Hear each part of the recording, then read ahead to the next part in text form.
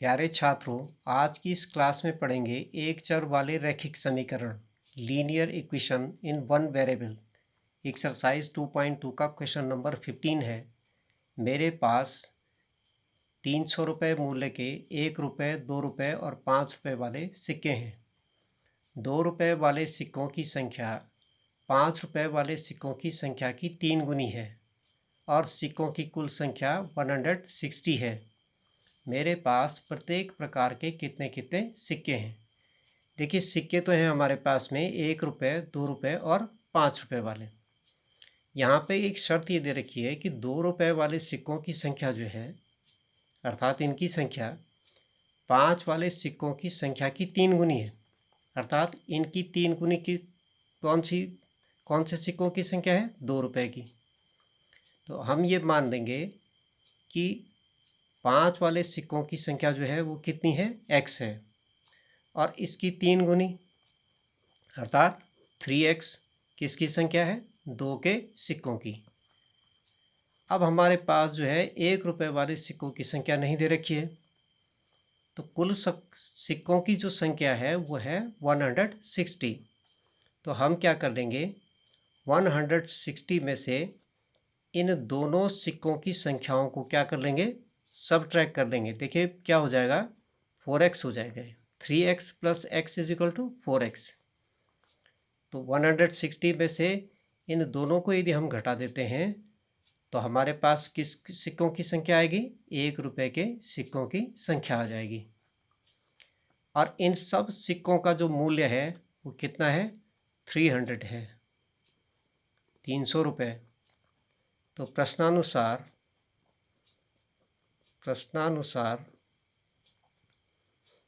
क्या हो जाएगा?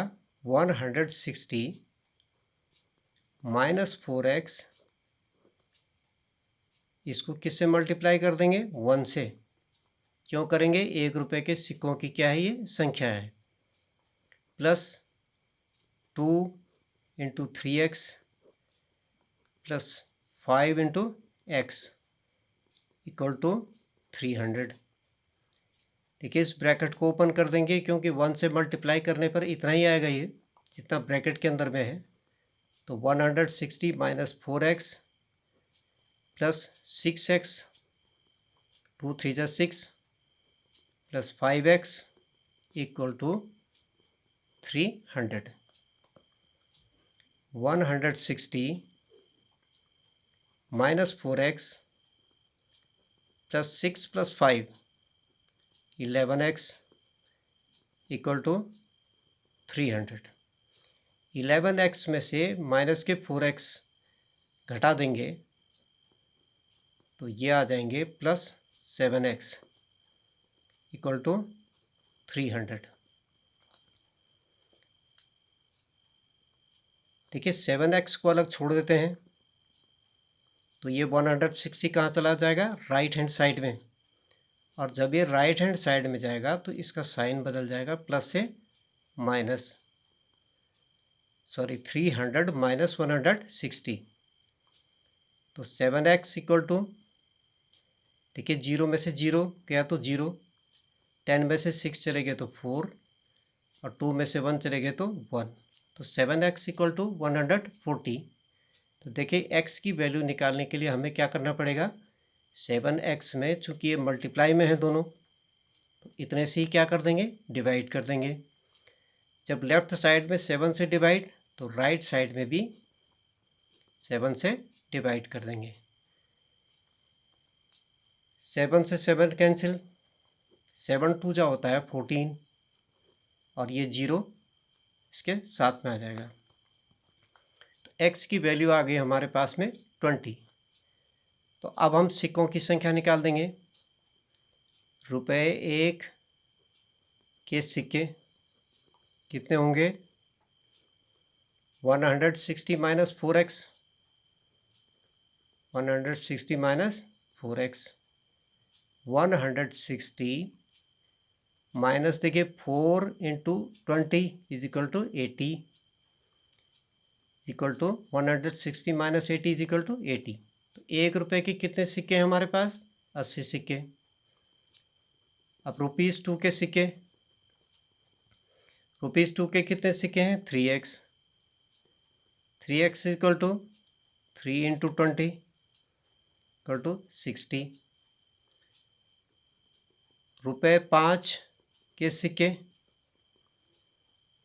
देखिए x है ये, x इक्वल टू कितने हैं? 20। देखिए सारे टोटल कर लेंगे इनके, 6 + 2 8 और 8 16। तो कुल सिक्कों की संख्या कितनी आ गई? 160 है, जो हमें क्या कर रखी, क्या है क्वेश्चन में दे रखी है 160। तो ये हमारा आंसर है इसका। Question number 16। एक निबंध प्रतियोगिता में आयोजकों ने तय किया कि प्रत्येक विजेता को 100 रुपये और विजेता को छोड़कर प्रत्येक प्रतिभागी को 25 रुपये पुरस्कार के रूप में दिए जाएंगे।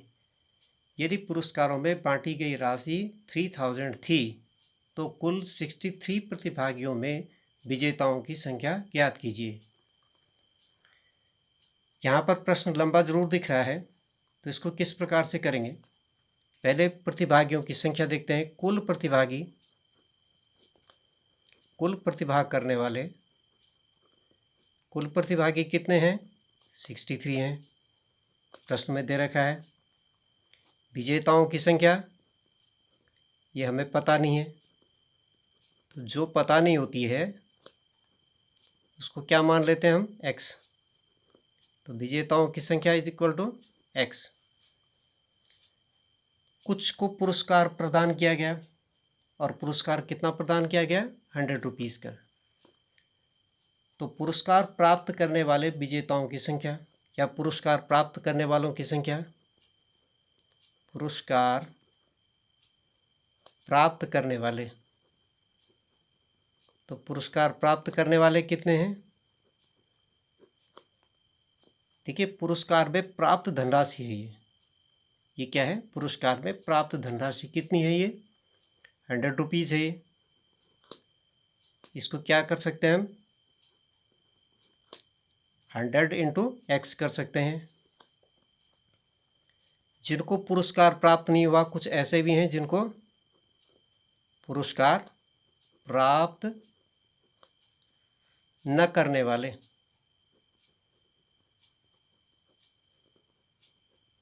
देखिए पुरस्कार प्राप्त न करने वाले कौन से हैं? 63 में से यदि x को कम कर देंगे या सब्ट्रैक्ट कर देंगे तो ये पुरस्कार प्राप्त न करने वालों की संख्या होगी। अब देखिए इनको कुछ सांत्वना राशि दी गई, तो इनको दी जाने वाली जो राशि थी वो थी कितनी? इनको दी जाने वाली राशि, इनको दी जाने वाली राशि कितनी है? 25 रुपीज़। तो क्या लिख लेंगे इसको? 63 माइनस x और मल्टीप्लाइड बाय 25। अर्थात इनको जो दी जाने वाली जो धनराशि है इसको कहते हैं सांत्वना धनराशि। ये इनको दी गई 25 रुपीज़। देखिए इसी आधार पर, इसी बैकग्राउंड पर हमारी इक्वेशन तैयार हो जाएगी। और जितने भी पुरस्कार की जो ये राशि है ये है 3000 रुपीज़। देखिए समीकरण को इस प्रकार से बना लेंगे, 100x प्लस 63 माइनस x और multiplied by 25 equal to 3000। 100x plus देखिए 25 का मल्टीप्लाई 63 से कर देंगे तो 25 3 जा होता है 75 5 और 25 6 जा जो होता है 150 और 7 157 1575। देखिए 25 multiplied by x equal to minus 25x, ये माइनस के 25x हैं इक्वल टू 3000। इधर 100x हैं प्लस के और यहाँ पर माइनस 25x के, तो देखिए माइनस के कम हो जाएंगे 100 में से, तो कितने बच गए हमारे पास में? 75x plus 1575 equal to 3000। अब 75x को अलग छोड़ देते हैं तो क्या हो जाएगा 3000। देखिए ये प्लस का जो है किस में चेंज हो जाएगा, पक्षांतरण करने पर माइनस में चेंज हो जाएगा। तो 1575 माइनस, अब 3000 में से 1575 को क्या कर देते हैं, लेस कर देते हैं, सब्ट्रैक्ट कर देते हैं। 10 में से 5 गए तो 5, 9 में से 7 गए तो 2, यहाँ पे 9 में से 5 चले गए तो 4 और 2 में से 1 गए तो 1। तो 7x की वैल्यू कितनी है, sorry 75x, 75x equal to 1425, 1425। तो 75x डिवाइड बाय, इसको 75 से डिवाइड कर देते हैं। जब यहाँ हमने इस साइड पे डिवाइड किया 75 से, तो राइट साइड में भी 1425 को किससे डिवाइड कर देंगे, 75 से। 75 से 75 कैंसिल, तो x की वैल्यू निकाल देंगे डिवीज़न करके। 75 का डिवाइड कर देंगे 75 से 1425 में। 75 1 जा 75, 12 में से 5 चले गए तो 7, और यहाँ पे 13 में से 7 चले गए तो 6, 5 को उतार लेंगे। देखिए 7 9 जा होता है 63, 9 बार, 9 5 जा 45, 4 कैरी, और 9 7 जा 63 प्लस 4 इज इक्वल टू 67। तो ये क्या निकल के आया हमारे पास में, विजेताओं की संख्या निकल के आई 19। अर्थात 63 में से यदि 19 को हम कम कर देते हैं तो देखिए कितना निकलेगा, ये 13 पे से 9 चले गए 4, यहाँ 5 में से 1 चले गए तो 4।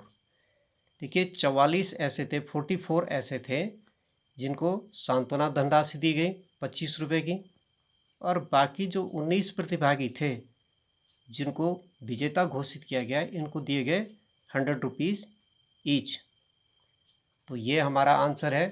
Thank you for watching. मिलते हैं अगली क्लास में, तब तक गुड बाय।